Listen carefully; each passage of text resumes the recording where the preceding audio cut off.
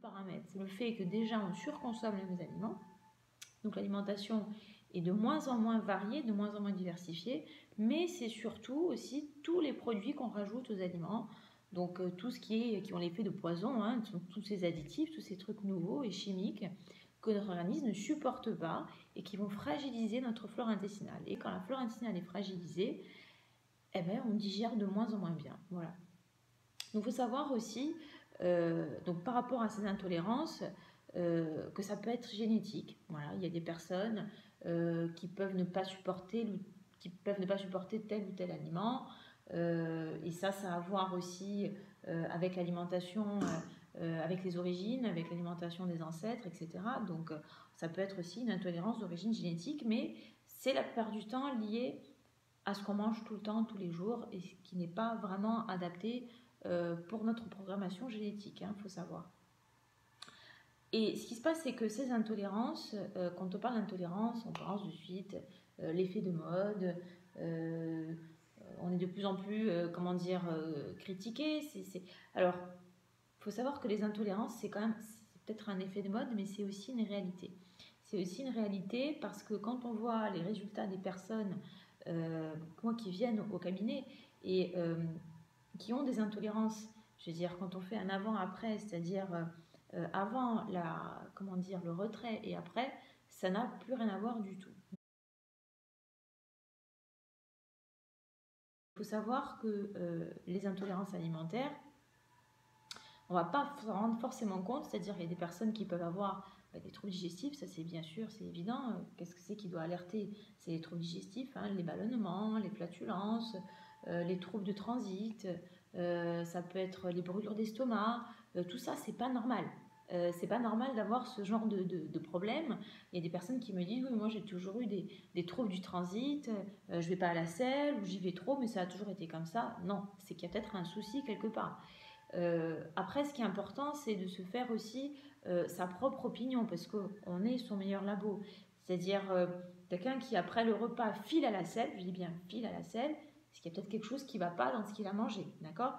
Donc, ce serait peut-être intéressant de voir un peu, qu'il fasse le lien, se dire, bon voilà, là j'ai mangé ça, en effet, je suis partie à la selle, c'est obligatoirement lié à son repas qu'il vient de prendre. Voilà, c'est son repas qu'il vient de prendre, il y a quelque chose qui n'est pas passé pour y aller tout de suite. Après, ce qui peut être ressenti aussi, c'est une grosse fatigue après le repas. Alors après, il faut distinguer la grosse fatigue qui est liée à une digestion hyper lente, de la petite sieste qu'on peut faire pendant 10 minutes et après on repart, hop, on est en pleine forme. Ça n'a rien à voir. La fatigue après le repas, on a vraiment envie de dormir, on pique du nez, ça c'est vraiment c'est un indicateur aussi que la digestion est très lente. Il y a peut-être des aliments qui ne sont pas très bien passés, qui sont passés que partiellement. Voilà, donc en gros c'est des intolérances alimentaires. Donc il y a ça à voir aussi. Donc tous les ballonnements, donc les troubles du transit, la fatigue après le repas. Alors après, il y a tous les signes extra-digestifs auxquels nous ne pensons pas. Et les signes extra-digestifs, c'est vrai que c'est varié. Alors, ça dépend vraiment des personnes. Mais moi, ce que j'observe la plupart du temps, bon, c'est de la fatigue. La personne est fatiguée, mais c'est chronique. C'est-à-dire qu'au fil du temps, le fait d'avoir justement cette porosité intestinale qui s'installe, c'est-à-dire que l'intestin, normalement, il doit rester, c'est un filtre avec des jonctions serrées, qui doivent rester bien serrées, qui doit rester un filtre. Et le manque de mastication et les troubles et les intolérances alimentaires vont bien évidemment, petit à petit perforer un peu ce filtre, le détériorer, et ça va entraîner le passage de nombreux aliments. Voilà. C'est-à-dire qu'au départ, vous êtes intolérant à un aliment, et au fil du temps, vous avez une intolérance et au gluten, et aux produits laitiers, et à l'amande, et à la banane, enfin bon voilà, à tout ce que vous mangez. Donc ça crée, c'est le principe de la porosité intestinale. Alors pour revenir sur les signes liés aux intolérances, donc il y a la fatigue et les douleurs articulaires. Il y a des personnes qui viennent au cabinet qui me disent j'ai mal partout, j'ai des douleurs articulaires. Par du temps, elles prennent un traitement avec médicamenteux, des anti-inflammatoires, etc. Mais qui ne résolvent rien du tout. Je veux dire, il faut savoir que ça va calmer un petit peu l'inflammation, mais ça ne va rien résoudre. Et je vous assure, l'origine, la plupart du temps, elle est digestive. C'est-à-dire que cette inflammation qui naît au départ dans l'intestin, elle va se propager dans le reste de l'organisme. Et chez certaines personnes, ça va aller dans les articulations. Pour d'autres, ça va aller, ça vont avoir des migraines. D'autres, ils vont avoir une poussée d'acné. Certains vont avoir du psoriasis, de l'eczéma. Tout ça, tous ces signes que votre corps vous envoie, il faut les interpréter. Et la plupart du temps, ça vient de quelque chose qui a été mal digéré. Ça vient de l'intestin. Mais souvent, on n'y pense pas. On se dit, mais qu'est-ce que ça a à voir, mon psoriasis, ou qu'est-ce que ça a à voir, mes migraines, avec mon intestin? Je ne vois pas le rapport. Et pourtant, c'est complètement lié. Les crampes musculaires, les fourmillements des mains et des pieds, les extrémités froides. Ce qu'il y a, c'est que s'il y a quelque chose qui ne va pas au niveau digestif, ça va se répercuter sur l'ensemble de l'organisme. D'accord? Voilà. Et ça, c'est quand même important de le déceler, parce que je vois aussi souvent arriver des personnes avec des enfants en bas âge qui se plaignent de maux de ventre et de douleurs articulaires. C'est pas normal. C'est pas normal, il faut quand même, à un moment donné, plutôt que de faire des analyses, des ponctions lombaires, etc., pour voir ce qui ne va pas, des tonnes d'analyses qui sont traumatisantes et pour l'enfant et pour les parents. Il faudrait peut-être se poser un peu la question de savoir ce qu'on mange, de savoir ce qu'on mange et s'il y a peut-être un truc qui n'est pas passé. Parce que quand on met le doigt sur une intolérance alimentaire, quand on change son alimentation, comment dire, les résultats, ils arrivent de suite. Ils arrivent de suite. Moi, je vois les personnes qui me disent j'ai retiré tel aliment, il y avait une intolérance, les douleurs articulaires, j'en ai plus. Ah ouais, en effet, j'ai plus de crise. Ah, je n'en ai plus, d'accord. Ah, par contre, la dernière fois, oui, j'étais au restaurant, j'ai mangé, il y avait un truc avec de la crème fraîche, tolérant au lait, comme beaucoup de personnes. J'ai eu une poussée folle, j'ai eu des douleurs articulaires, j'ai eu de la fatigue, je suis restée au lit. Ok, voilà, là, on a vraiment mis le doigt sur une intolérance. Donc il ne faut pas toujours bâcler et se dire que l'alimentation, ça ne vaut rien. Qui peut dire aujourd'hui, comment dire qu'on n'est pas ce qu'on mange? Enfin, on est ce qu'on mange, mais on est surtout ce qu'on digère. Comment on peut dire que l'alimentation ne joue pas sur la santé? C'est pas possible de dire ça aujourd'hui. C'est une aberration, c'est idiot, c'est même idiot. Voilà. Alors c'est vrai qu'après, au niveau des tests d'intolérance, il ne faut pas tomber aussi dans l'effet de mode. Par exemple, quelqu'un qui n'est pas intolérant au gluten n'a pas forcément besoin de retirer le gluten. Mais ça, il va s'en rendre compte facilement, tout seul, en l'enlevant et en le réintroduisant.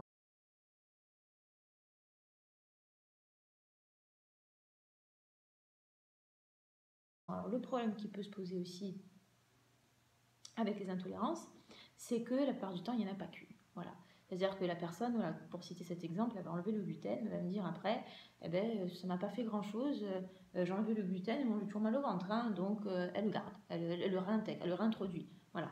Mais la plupart des gens, ils ont le gluten ou autre chose, mais ils ont aussi l'œuf, il y a aussi la banane, il y a aussi l'orange. Mais si on n'enlève pas tout ça, eh ben, je veux dire, on ne peut pas savoir. Donc vous allez juste enlever le gluten et vous dire, et c'est pas suffisant parce qu'il y a d'autres aliments, et vous allez vous dire, finalement ça m'a rien fait, c'est n'importe quoi ce truc, je peux en remanger. Voilà.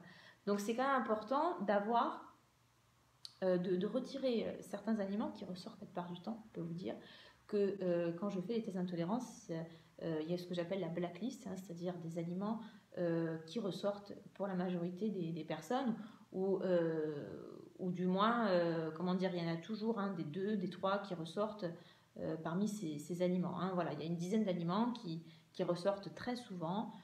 Donc ça, c'est ce que j'ai intégré dans le programme que j'ai développé, qui est un programme de réparation digestive, qui s'adresse à tout le monde, mais qui prend en compte surtout les problèmes digestifs et les intolérances alimentaires. Il y a des aliments qui ressortent dans la majorité des cas, qui sont listés dans ce programme. Bien évidemment, il y a une dizaine, une quinzaine d'aliments. Parce que ce qui est important, c'est de prendre en compte les intolérances alimentaires les plus fréquentes, d'éviter les aliments qui ballonnent la plupart du temps, parce que si on donne à quelqu'un qui a déjà des problèmes digestifs, on lui donne des aliments qui sont peut-être bons pour la santé, parce qu'ils sont riches en protéines végétales, etc. Vous lui donnez des lentilles ou des pois chiches, il y a de fortes chances que son état s'aggrave. Voilà.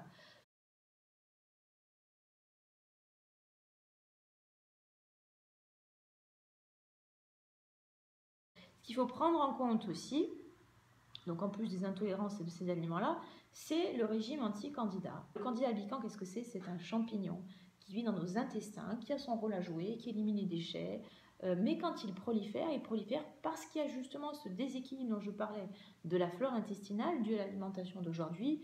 Et puis il y a aussi le stress, et aussi les intolérances, enfin tout ce qui va perturber le tube digestif, ça va accentuer la prolifération, le développement de ce candidat qui va passer à l'état filamenteux. Et justement, quand il passe à cet état filamenteux, ça met l'intestin complètement en vrac. Voilà.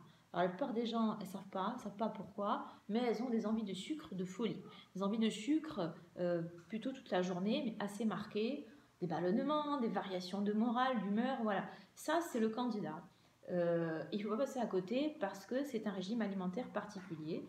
Donc, et ces aliments-là qui sont évités pour l'éviction du candidat, ils sont bien évidemment listés dans ce programme. C'est quand même assez spécifique et c'est presque, ça l'est presque indépendamment des intolérances alimentaires. C'est indépendant des intolérances alimentaires, c'est-à-dire qu'on va peut-être sortir le poivre, la moutarde, le vinaigre. Voilà, quand on a les candidats, ça fait partie des aliments qui sont à retirer. Si par exemple on n'enlève que les intolérances, mais on ne s'occupe pas du candidat, ça ne va pas être suffisant. Et la personne, elle va toujours me dire, c'est bien, mais j'ai toujours des ballonnements, j'ai toujours des coliques, des fois je ne sais pas d'où ça vient. Et il se trouve que c'est dû justement à ces candidats, à ces aliments qui vont provoquer une fermentation parce que tout ce qui fermente, il faut vraiment éviter.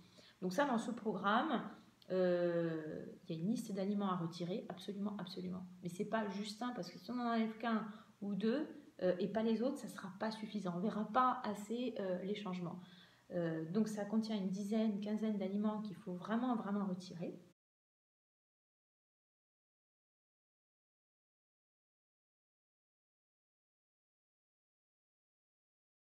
Bien évidemment, après, il faut bien manger, il faut mieux manger. Hein. Il ne s'agit pas juste de les enlever et de dire je ne mange plus. Il faut savoir quoi manger. Donc il y a une liste d'aliments conseillés à acheter, justement. Des aliments complets, il faut mieux manger, il faut manger complet. Il ne s'agit pas de manger du raffiné, hein, bien évidemment. Et il y a la prise de compléments alimentaires, puisqu'on ne peut pas réparer l'intestin comme ça sans prendre des compléments alimentaires pendant à peu près un mois ou deux. Donc moi, ce que je conseille, c'est de retirer ces aliments pendant minimum 15 jours. Alors moi, je dirais, idéalement, ce serait 30 jours, donc faire bien un mois en retirant ces aliments-là. Prendre les compléments alimentaires pour réparer l'intestin. Donc évidemment, il y a un probiotique qui est hyper dosé à 50 milliards de bactéries brevetées, parce que c'est quand même important de prendre des probiotiques comme ça du néant sans connaître la souche de bactéries qui est à l'intérieur. S'il n'y a pas eu des recherches cliniques dessus, moi je ne crois pas trop en l'efficacité d'un probiotique qui est vendu comme ça n'importe où. Voilà, il faut quand même qu'il y ait une étude dessus. Donc ces probiotiques-là, c'est des probiotiques donc brevetés qui contiennent 50 milliards de bactéries qu'il faut mettre au frais, parce qu'un probiotique, si vous ne le mettez pas au frais, il perd de ces bactéries, bien évidemment. Ensuite, il y a un réparateur intestinal justement pour cette porosité qui est à la source de tout, de cette inflammation de bas grade. Alors l'inflammation de bas grade, juste pour faire une parenthèse, c'est une inflammation donc, qui est au niveau de l'intestin. On ne va pas forcément voir, demain on va vous faire des analyses du sang, on ne va pas forcément voir qu'il y a une inflammation, mais pourtant vous êtes fatigué. Voilà, vous êtes fatigué, vous n'êtes pas bien. Et c'est ça, c'est l'inflammation de bas grade qui est au niveau digestif, qui est silencieuse, mais qui va après se propager dans l'organisme, dû à ces intolérances, dû à cette porosité intestinale, à ce manque de mastication, et qui va après se propager dans les articulations. Ça peut être, comme je vous disais tout à l'heure, des migraines, des troubles variés, des problèmes de peau, etc. Voilà. Donc, pour revenir sur le programme, éviction des aliments, changement alimentaire, menu et recettes adaptées, bien évidemment, pour savoir un peu ce qu'il faut manger, sinon on est perdu. Et la prise de compléments alimentaires, donc les probiotiques, le réparateur intestinal. Il y a aussi un produit détox qui contient toutes les vitamines et les minéraux, donc il va, on va dire, recharger un peu les cellules en vitamines et minéraux et favoriser l'élimination au niveau du foie, qui va stimuler un petit peu plus le foie pour éliminer. Et il y a un produit endorphine qui agit sur l'envie de sucre, le moral, le bien-être et le sommeil. Alors, pourquoi ? Faut savoir que quand on a des problèmes de transit, des problèmes digestifs, on va avoir un manque de sérotonine. Comme je l'expliquais dans une autre vidéo, la sérotonine, qu'est-ce que c'est ? C'est notre antidépresseur naturel. mais pas que. Hein. C'est un neurotransmetteur qui va agir donc sur le moral, qui va agir sur la réponse au stress. Ça veut dire quand on manque de sérotonine, on est beaucoup plus irritable, beaucoup plus stressé. C'est le cas avant les règles pour les femmes. Ça va agir sur le sommeil. Quand on manque de sérotonine, on a des réveils nocturnes, on dort mal. Hein, problème d'endormissement, réveil nocturne, c'est les personnes qui cogitent tout le temps, qui n'arrivent pas à calmer leur cerveau, voilà, même le soir, qui n'arrivent pas bien à trouver le sommeil. Et surtout l'envie de sucre. L'envie de sucre marquée en fin d'après-midi et le soir. Les personnes qui me disent j'ai une envie de sucre, mais vraiment c'est presque compulsif, ça peut ressembler presque à de la boulimie. Je me retiens, mais c'est terrible. Ça, c'est la sérotonine. Et ce qu'il faut faire dans ces cas-là, c'est en donner un peu, en naturel, bien évidemment, à base de plantes. Il y a ce produit qui marche très très bien, c'est incroyable. Mais il faut aussi s'occuper de l'intestin, s'occuper du profil alimentaire, parce qu'on n'a pas tous un profil alimentaire, hein, comme je l'explique là. On ne peut pas donner 3 produits laitiers à tout le monde, hein, ça c'est une aberration totale. Donc il faut s'occuper de l'intestin, de le réparer, bien évidemment, pour réactiver la synthèse naturelle de cette sérotonine et en donner aussi en naturel, c'est pas mal.